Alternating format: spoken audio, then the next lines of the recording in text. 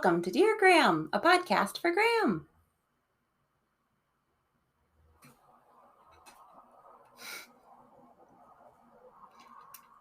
Yep. Adam refused to take his turn. I took a sip. It was multiple Mississippis, multiple seconds before you took a sip. No. So what are you drinking? This is half of a Kentucky Mule. Well, 2/3. I didn't have any lime. Oh, I was going to say that's a very full drink. It was going to be very, very low. We have lime. We bought lime today. It's in the fridge. It's in the bottom left drawer. I'm saving it. Okay. We have too many lemons because I didn't realize we had lemons and then I bought more lemons. Grocery talk. I am drinking a nice Pinot Grigio Chardonnay blend. Did you pour 2 wines in one thing? No, it came like that in the bottle. Is it nice? It's nice. Yeah, it's good. I'm putting it on my neck right now because I'm very, very hot. Graham, we're recording the... How hot is it? I don't know. How hot is it? I don't know how hot it is. 90-something? High 80s, mid 80s. It's hot. Yeah. You may know, Graham, but I don't do very well in heat. Woo! You do not, and you did not have air conditioning growing up. I was always cold growing up. I mean, not in the summer I wasn't cold. But also, remember, the summer has always been my least favorite season. I always thought the summer was objectively bad. Yeah. I thought the only reason anybody would like the summer is because you didn't go to school in the summer. It's my 3rd favorite season. Yeah, that's correct. But it's rank your seasons for me. Yeah, it's a top 3. It goes fall, mm-hmm. lovely time of year. Mm-hmm. Spring, mm-hmm. lovely time of year. Mm-hmm. Summer, lovely time of year. Mm-mm. And winter, lovely time of year. The butthole of seasons. That's how I feel about summer. I feel like it smells and it's sticky. You think it's coarse and it's rough. Oh. And it gets everywhere. Oh, gosh. I know what you're doing, but I'm still on the butthole metaphor, and that's terrible. It's terrible.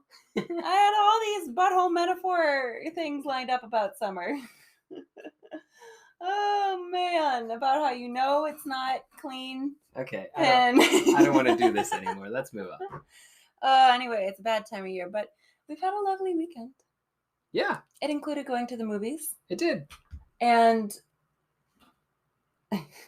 Adam is placing his phone out of my reach because I don't trust him to look at it, and I tried to get him to give it to me.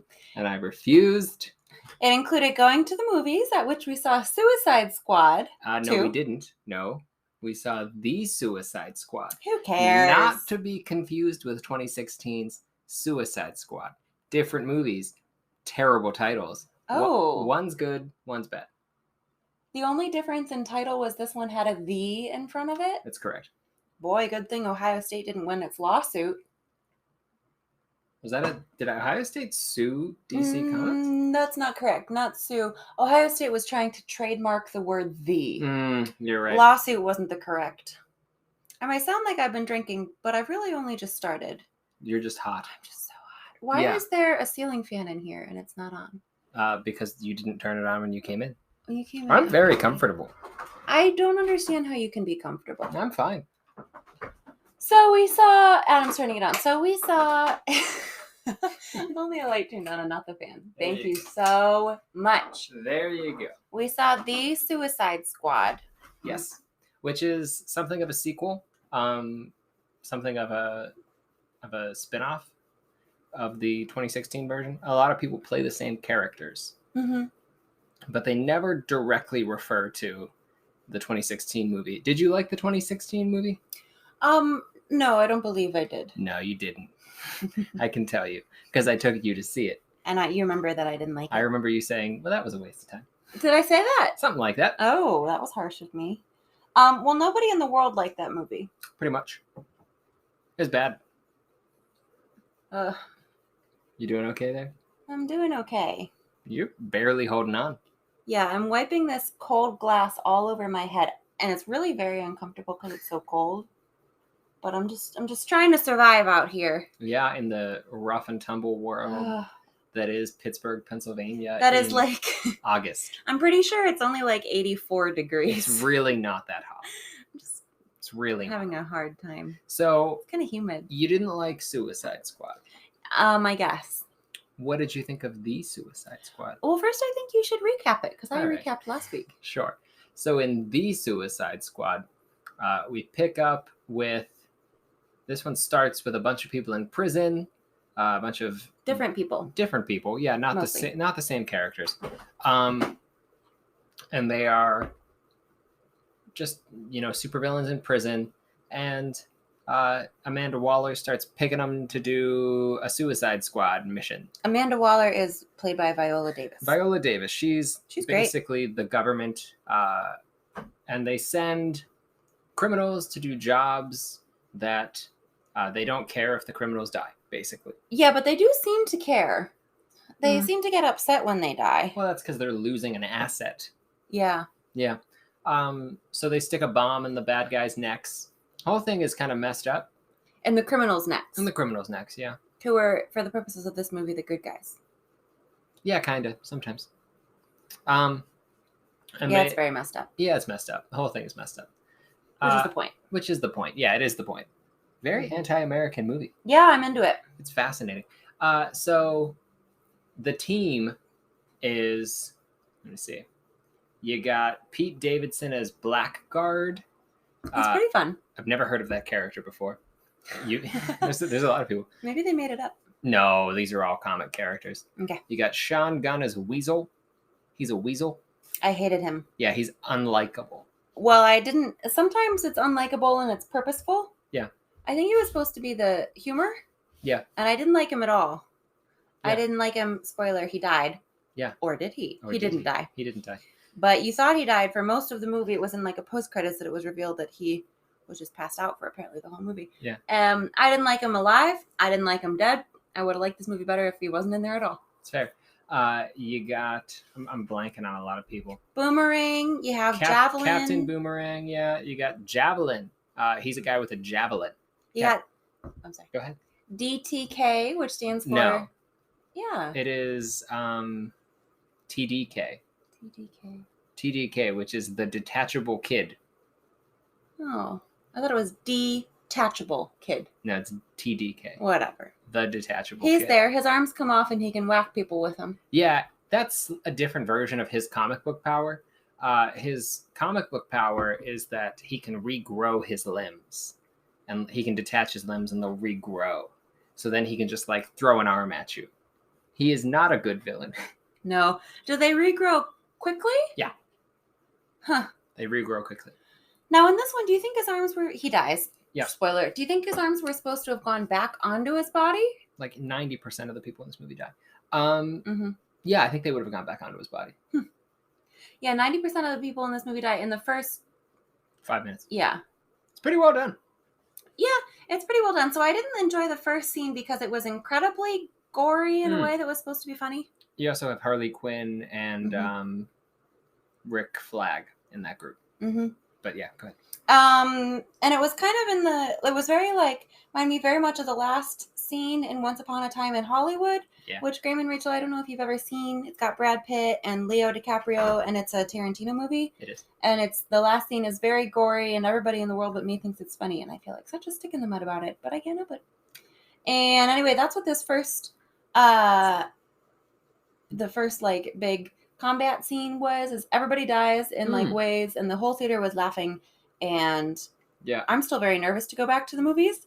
And I thought, maybe I should tell Adam I need to go. I could kind of sense that vibe.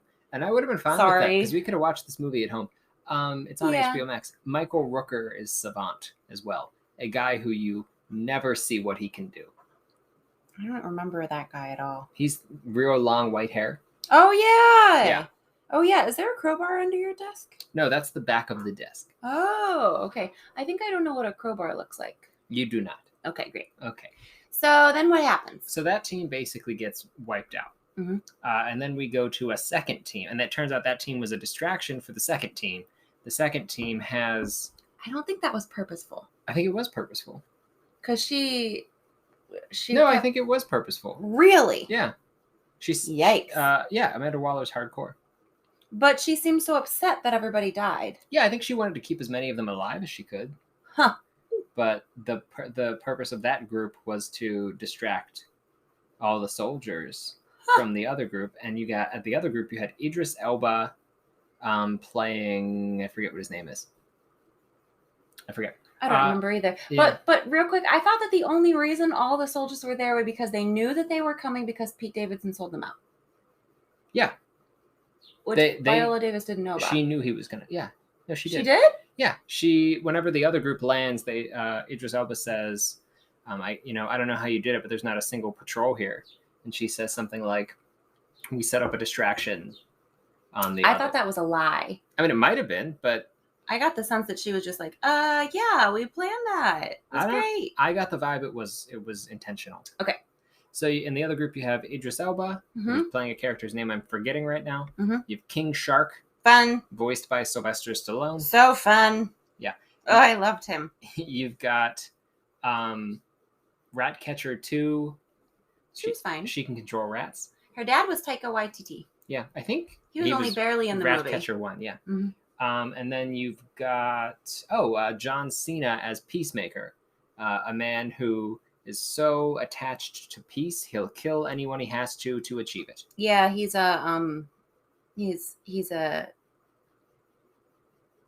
like bad Captain America. Yeah, he's like bad Captain America. He's a parody of maybe Captain America, honestly. Yeah. He's, I guess he must not be active military or active serviceman because he certainly was dishonorably discharged. But he says something like, justice beats through my veins or something. Or I love justice and I don't care how many men, women, and children I have to kill to get it. Yes. Or something. Yeah. So. Or peace. I love peace and I don't care how many men, women, and children I have to kill to get it. Yes. So he's in it way more than I wish he was. So that's that team. He's like a key player. I don't like that. That's the main team. Yeah. Do you want to keep going or do you want me to jump in? You can jump in. I feel a little revived now that I've rubbed my wine glass of refrigerated wine all over my face. Okay. And so the reason that they're in this place is they are trying to get to a very fortified area in the middle of the city, where the guy who played the most recent guy Doctor Who, not the current Doctor Who, who's a woman, Peter Capaldi, is a bald man with things poking out all over his head. He's playing the Thinker or the Mad Thinker. I don't remember which one it is. Basically, he's a crazy person. And he has a big alien starfish, like multiple stories tall starfish, with a big eyeball in the middle of it, like where the pentagram comes together, basically, that can send out little bitty starfish and that attach to human faces. And then the humans are like basically dead, like their selves are dead, but they're still living and they're just like extensions of the starfish's mind. It's Starro the Conqueror, who is the first ever villain the Justice League fought. Oh, that's fun. Back in, I want to say, the 50s. And so the team is trying to destroy this thing, apparently, or something. They later find out to cover for the fact that this is really a U.S. Investigation, because he's been experimenting on Starro with just enemies of the state of this made-up nation. Corto Maltese, which is a comic book nation. Okay. And just like lots and lots of people go there and are never seen from again because he basically kills them by putting a starfish on their head. And some of it's real gory, like they don't have a face or they don't have legs or something. Yeah. And it's very gory. And it turns out that this was a U.S. operation that they funded, and then it was getting too big or something, and they didn't want anybody to find out that it led back to them. Yeah. And hijinks ensue. I think that's good for recap. Yeah. Harley Quinn's fun as ever. Harley Quinn is phenomenal. Whenever Margot Robbie was first cast, I love Margot Robbie, but I wasn't convinced when I first heard her accent, because she wasn't doing the same voice as the animated series, which is all Harley Quinn had been in to that point. The Batman, the animated series. But it really works. It's almost better. Yeah, and it's like an actively bad accent. Yeah. Purposefully bad accent. Yeah. And just everything about her is joyful, and she's so clearly the most talented member of this team. Yeah. Like, they go to rescue her at one point where she had been being tortured for information. She was hung by a chain by her wrists, like 3 feet above the ground, and they kept tasing her. And she got out of it and killed everybody in the building and got out.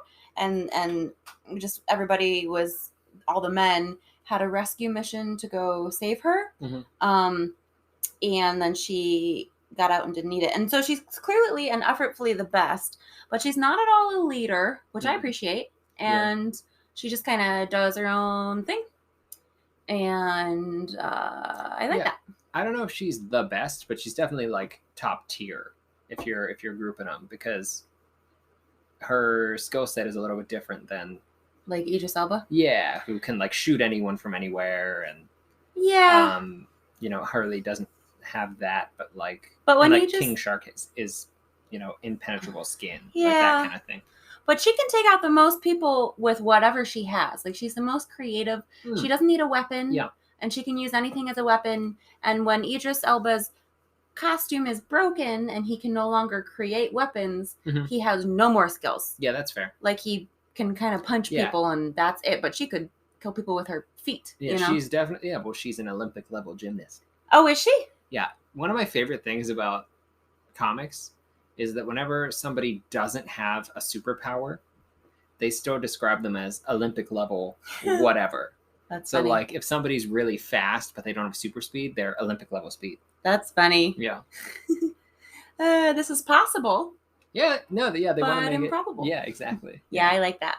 Yeah. So should we talk about things we liked and didn't like about this movie? Yeah, let's talk about things we liked and didn't like. Okay, you want to go first or should I? Yeah, this is very much a James Gunn film, and James Gunn got his start in low budget horror, kind of horror action films, and this is big budget B movie action. It's like if you gave somebody who makes B movies $120 million, this is the movie they would make. It's very gory, it's very over the top, it's ridiculous in a lot of moments, but it's also really well put together and well acted for the most part. And the story generally makes sense. It's not like a movie you go to for a perfect plot. No.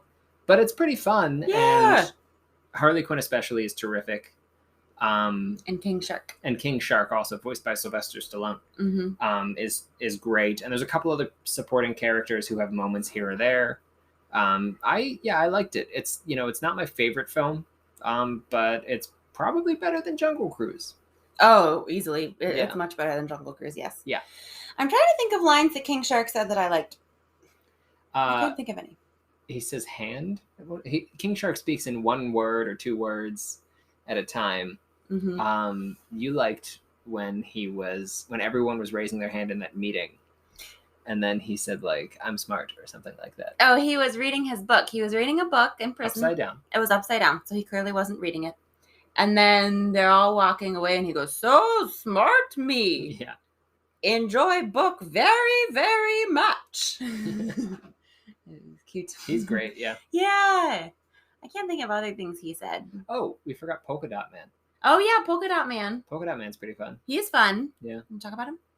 He can shoot polka dots from his arms. He's a Batman villain, and they've kind of changed his powers and origin for this. Yeah, his origin for this, can I say? Yeah.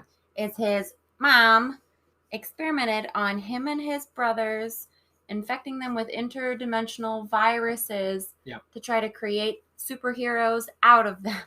Yeah. And he is a deeply troubled individual. Yes. Who has a hard time killing people unless they are his mother. He visualizes them as his mom. Yes. And so, at one point, they go to rescue Flag Man. What's his name? Anti-Flag? Who? Black Flag. Red Flag. You talking about John Cena? Green. No, the other one. The other military guy. Rick Flag. Yeah, Rick Flag. Too many military guys for my taste. But anyway, so they go to rescue him from who they think are the bad guys, and it turns out that they are the the local resistance to the Yeah. bad government. And unfortunately, they didn't know that until they got to where Rick Flag is, Yeah. and so they had already killed the whole camp. They're told these are very dangerous people who will not hesitate to kill you. Yeah. So they just By the U.S. government, by they're the told U.S. this. government they're told this. Mhm. So they systematically just Wipe them all out. mow this entire camp down. Yeah, and so I'm sorry. Go ahead. So they get to where Rick Flag is, and he's with the leader of the group, and she says, "What have you done? Why have my people not, why my soldiers or whoever not alerted me that you were here?" And they're like, "Oh, we didn't see anybody. What's all? I don't know. Yeah. It must have been." And Polka Dot Man goes, "I turned them into my mom in my head, and I killed all of them." Yeah. And at some points we see what he sees. we see what he sees, Yeah. which is to say all the people that he's about to kill as his mom, which is fun. It was, at first I was like, oh no, this is a devastating, and then I was fine with it by the end. Yeah, one thing I didn't like, the King Shark stuff kind of gets sad at points. Why does it get sad? It gets sad because he's unable to fully participate. Yeah. And he kind of just seems like he just wants to fit in. Yeah. And it just bums me out. Yeah, they have disguises to go to a club. And he says something about how he's going to wear. He says, "Me too." And they say, "King Shark, you can't go." And he says, "Wear disguise me." And they're like, "There's no disguise that you could wear that would make you look like a person. What disguise would you have?" He goes, "Fake mustache." Very funny. So cute. And then he walks around with his little shark finger under some semblance of his nose. You know, he doesn't really have a nose. Like, people have noses because he's a shark. Yeah. For the rest of the scene. And they keep going, "King Shark, I can still tell it's you. You're not fooling me." Yeah. And there were some sad little cuts of him sitting in the bus all by himself. Yeah. But he has a good relationship with a couple of the people by the end. Yeah, he does. Because he says at the beginning how he doesn't have any friends because he keeps trying to eat Ratfink 2. Ratcatcher 2. And she was a weird character. She was younger than us. Like, I don't think she was a millennial. But she was sleeping, and John Cena, who turns out to be a bad guy too, goes, "Ugh, millennials." And like, I don't think she's a millennial. Like, we're pretty on the cutoff for millennials, like a few years younger than us. I'm pretty sure John Cena's a millennial. Yes, I'm sure he is. Well, because millennials, like, what? Current 26 to current 46, right? It's 20 like years. That, yeah. And John Cena is certainly under 50, and I think he's more than like that. He's borderline, probably. Yeah. Okay. So anyway, so that was annoying. But so she just like slept all the time because she was like a teenager. She was just always wanting to sleep, and she was real sweet and wanted to make friends. And so she had a big thing with King Shark about how does he eat his friends, and he says he doesn't have any friends. And she says, "Well, if you did have them, would you eat them?" And he says, "Well, no." And she says, "Then can we be your friends?" Yeah. And then I think a couple times he goes, "Friends." Yeah. Yeah, he was fun. He's pretty fun. I loved him. He's a fun character. King Shark in every iteration is a fun character because he is ridiculous. Mm-hmm. And as long as you steer into how ridiculous he is, fake mustache. Yeah, like he's great on the Harley Quinn animated show. Yeah, totally different character. Totally different version. Of King Shark. Played by Ron Funches, who's hilarious. That's a good name, Funches. It is. And he's in an upcoming Suicide Squad video game they're doing. I think it's him, Harley Quinn, Captain Boomerang, and somebody else. Deadshot, I think. Fun. Yeah. Well, would you recommend this movie to Graham? Depends on Graham's mood at the time. Yeah. If they're thinking, I want a fun, kind of goofy, violent. Very violent. Film that I can kind of just kick back and, not take seriously. Mm-hmm. Yeah, that might be a good moment. If they're thinking, I'm not in a good mental headspace to watch 90% of the people on screen die. Yeah. Now, I will say, very anti-American film, or has strong anti-American messages about American colonialism and the American military industrial complex. I would say both of those things take a beating in this film. So if you want to see a movie that is, again, kind of like a big budget B movie, Give it a go. Give it a go. And I will say the local resistance does win. We don't really see if they're able to form a government, and like have a functioning anything after. But I mean, they certainly win. And it is a fairly feminist movie for the most part. And that most of the leaders are women. Yeah. Oh, gosh. Wow, Naya scared me. She scared the crap out of me. She just jumped up into the window, and when I glanced, I didn't see the screen in the window, even though I knew it was there, and I was like, oh, no. But she's fine. She's okay. Like, Viola Davis, woman. The leader of the group is Idris Elba, man. And there's only one woman in the group, but the leader of the resistance is... No. Who lives? Ratcatcher 2. Oh, I'm so sorry. You're so right. I think Ratcatcher 2 is a better character than you're giving her credit for. I think you just like her more than me, and that's fine. Yeah, I think she's a better character than you give me credit for. All right, and the leader of the resistance is a woman. Yeah. And all of the what's this place called? Corto Maltese. All of the generals and leaders in Corto Maltese are men. And they're all idiots. And they're all idiots. Yeah, it's a good parody of them. Or just, I don't know, men in power. Yeah, being idiots. There's one scene. Can I talk about the one? Yeah. You know what I'm going to talk about? I'm pretty sure. So their receptionist or somebody Yeah. as a woman of all the generals. And there's one where she comes up. It just didn't fit in the movie at all. There's one where she comes up to like give them a paper or something.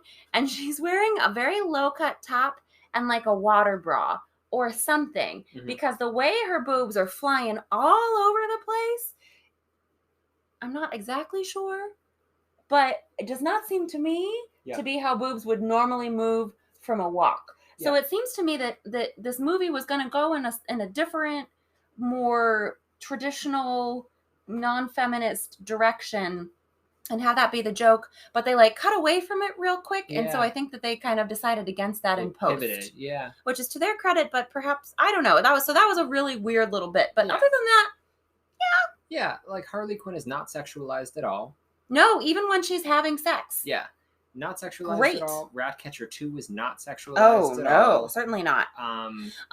Idris Elba's daughter is never... Oh, no, she is seen, but Viola Davis she stole something. And so Viola Davis, how she gets Idris Elba in is she threatens to have his daughter tried as an adult because she's 16 and in the state of Louisiana or whatever, that counts as an adult. Yeah. And... she says, and you know what happens to young girls who get put in such and such prison. And I was like, she is but she wasn't. She was threatening with murder. But I thought she was threatening, as you may imagine, with rape. Which, by the way, and I was like, godly. Another commentary on the prison system. Yeah, for sure. Yeah. And I'm just glad that they kept going back to it, and everybody was like, would you really kill his child? Yeah. And she was never sexualized at all, and I kept waiting for it. So that was great. So that was good. Yeah. I think... Yeah, for a film made by a man, I think that it does a decent job there. Yeah, I agree. Now, what James Gunn was in hot water a little while ago. What for? He had some tweets from I think like 2008 that he had tweeted some jokes that were incredibly insensitive, and he had apologized for them several times. And said, like, this is why I made these jokes. I wasn't thinking, blah, blah, blah, blah, blah. And then somebody brought them back up. And it caused Disney to fire him and then bring him back. Yeah, I think they brought him back because Chris Pratt and company said they wouldn't do another Guardians without him. Yeah, essentially. And Disney was like, yes, sir, money. Well, yeah. Now, were they... They were very clearly jokes that were bad jokes.